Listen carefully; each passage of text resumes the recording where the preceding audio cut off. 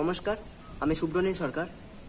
সাংবাদিক গৌতম নাগ একটি programme host করছে। প্রোগ্রামটা তো আমি দেখি, খুবই ভালো লাগে, আপনারাও দেখবেন।